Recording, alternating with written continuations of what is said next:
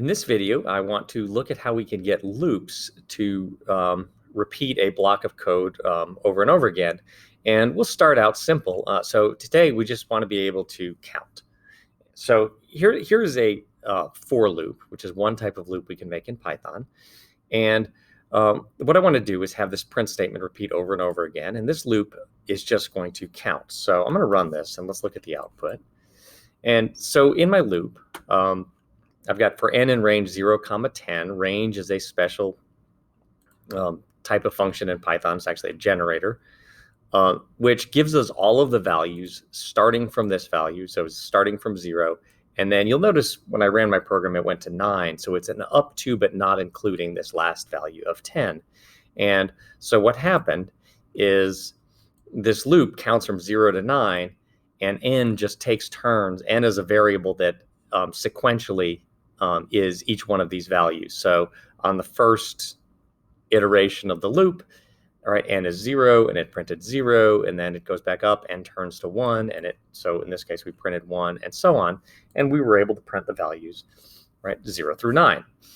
We can count other ways, so I'm going to copy this code, and let's say I wanted to count to 20, but we could also add a third argument optionally. You can see this one counted by 1s, and let's say I wanted to count by 2s, and I could do that, and now I've got, so the first one printed 0 through 9, and then I did 0 through, and notice how it's up to but not including, so we didn't get to 20, so it went to 0 through 18, but we counted by 2s.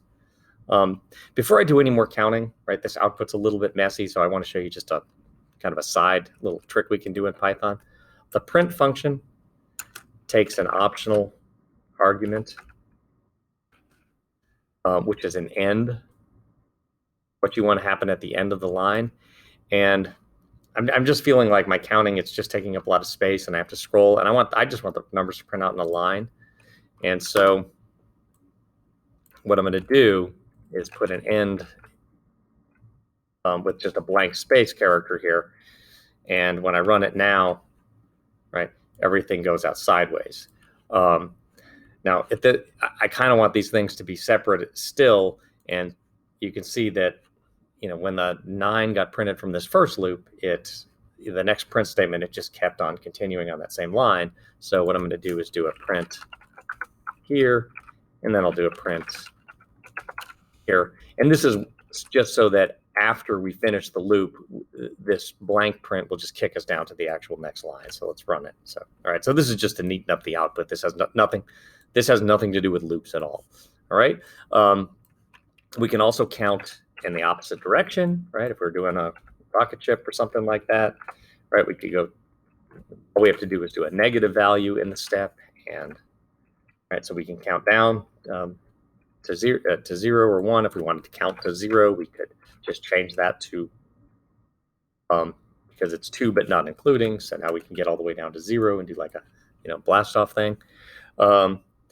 And another thing I want to look at is, you know, we can count, but sometimes maybe we want to do something conditionally within the count.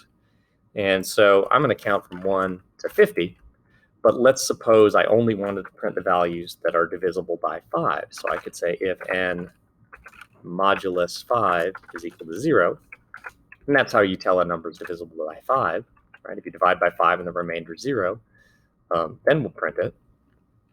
And so we'll run this, and you can see, right, we can do something conditionally. So what I have here in this program are some extra counting problems for you to try. And for each one, you should be able to just take one of the above loops up here and modify it a little bit and get the loop to count right the way that's described. And when we get to the very last one, this is kind of a classic, like almost job interview programming type question, just to see if you understand coding. But this is fun and just slightly tricky to figure out. So give this a shot. It shouldn't take too long. And if you have any questions, let me know.